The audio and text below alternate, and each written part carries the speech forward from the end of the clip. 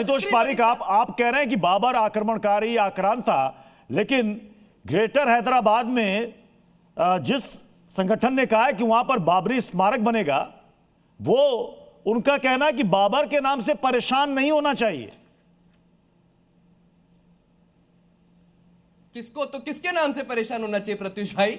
अगर इस देश के अंदर में बाबर, आज तक आपने एक बात नोटिस करी प्रत्युष भाई, कि क्यों हम 2025 के अंदर में भी बैठ के अपने ही राजनीतिक हित के लिए उन आक्रमणकारियों को अपने आप से कनेक्ट कर रहे हैं जिसका इस देश से कोई कनेक्शन नहीं, लेकिन इस देश के शूरवीरों को गद्दार कह देते हैं, तो हम किस और इस देश को लेके जा रहे हैं? आप एक बात देखिए कि जिन लोगों ने बाबरी के समय पर, राम मंदिर अयोध्या के समय पर लगातार तरीके से हॉस्पिटल और स्कूलों की बात करी थी, कहां चले गए वो सारे सेक्युलर लोग? जब कल हुमायूं कबीर बाबरी की नींव डाल रहा था, वापिस से हिंदुओं की छाती पर अपनी नींव डाल रहा था, वापिस उस आक्रमणकारी की छाती ठोक रहा था, वापिस से गुलामी की और इस देश को लेके जा रहा था, वापिस इस मुगलों की आत्मा को यहां पे लेके आ रहा था, तब तो कोई हॉस्पिटल और स्कूल नहीं बना। जितनी तो आपकी स्कूलों में फीस बढ़ जाती है, उससे ज्यादा तो बड़ी चादर थी और उसमें कितना चंदा। मुमताज आलम रिजवी जी, पहले तो एक बाबरी की नींव की बात थी, अब हुमायूं कबीर ने ऐलान कर दिया है कि दो बाबरी मस्जिद बनेगी बंगाल में, और ग्रेटर हैदराबाद में कह दिया गया कि वहां पर स्मारक बनेगा। ये हो क्या रहा है, जरा बताइए। नहीं, देखिए प्रत्युष जी, सबसे पहले तो बाबर बाबर बाबर मैं सुन करके तो थक गया, और मुझे तो लग रहा है कि इन लोगों के तो ख्वाब में भी बाबर आते होंगे, और इनको लग रहा है कि बाबर ही एक ऐसी शख्सियत है कि जिसके सहारे ही चुनाव जीत सकते हैं, बाकी कोई बचा नहीं। मैं बार बार पूछ रहा हूं कि अरे भैया ये बताओ, बाबर ने किसको हराया था? क्या किसी हिंदू राजा को हराया था क्या? बाबर ने इब्राहिम लोदी को हराया था, आप पढ़ो तो। और 4 साल बाद जब बाबर इस दुनिया से रुखसत होने लगे तो हुमायूं से क्या कहा गौ माता के लिए कि गौ जो है वो हिंदुओं की आस्था है, उसके नुकसान नहीं पहुंचना चाहिए, कह के मरे। जरा पढ़ो तो उनके बारे में। लेकिन चूंकि हंगामा करना है, राजनीति करनी है, बंगाल में कौन सी जीडीपी ग्रोथ है? नहीं, एक मिनट ममता बनर्जी के इसलिए मैं कह रहा हूं, इसलिए एक सेकंड बीच में जब कोई एक बोल रहा हो तो अपनी बारे में उनको बोलने दीजिए। अमितोष जी देखिए, इतना ज्यादा फड़फड़ाइए नहीं, वरना होगा क्या कि फिर इस तरीके के जैसे आप जो है जिस तरीके से आप पेश करोगे, अपनी बात बोलिए, मेरे पे मत आइए, अपना हुमायूं कबीर निकलेंगे।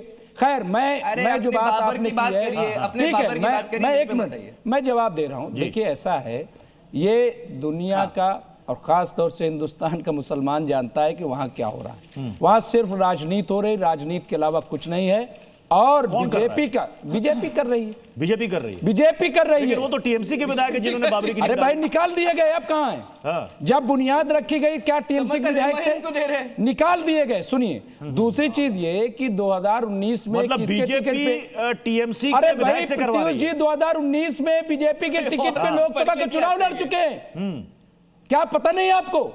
तो ये पॉलिटिकल एजेंडा है सुनिए, और इस बार हुमायूं कबीर को पता था कि उन्हें टिकट नहीं मिलने वाला, उनकी राजनीति खतरे में है, इसलिए इस वक्त हमारे साथ जुड़ चुके हैं शिवम त्यागी जी। देखिए अभी आपकी एंट्री हुई, मुमताज आलम रिजवी ने और बादल देवनाथ ने, दोनों ने यही बात कही है कि दरअसल में बंगाल में चुनाव के लिए आपने एक प्लॉट तैयार कर लिया है, जिसके लिए आपने टीएमसी के विधायक का इस्तेमाल किया, उस टीएमसी के विधायक का जो कभी आपके टिकट पर चुनाव लड़ चुका है।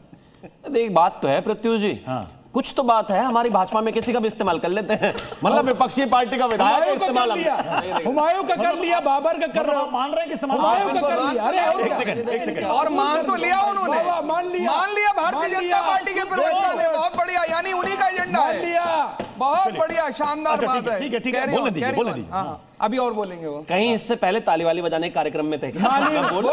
भैया हम तो मैंने 10 सेकंड बोला है प्रत्युष जी, मेरा निवेदन है। नहीं मतलब देखिए, मैं बार मैंने शुरू में सभी मेहमानों से कहा है कि अपनी बारी में बोलते, जब दो लोग एक साथ बोलते हैं तो किसी को समझ में नहीं कोई लाभ नहीं।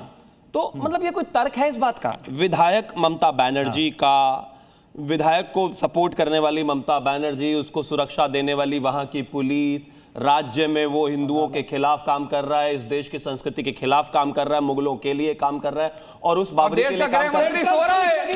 देश का गृह मंत्री सो रहा है, देश के अंदर सरकार आपकी, आप सो रहे हैं, बताइए, गजब बात है।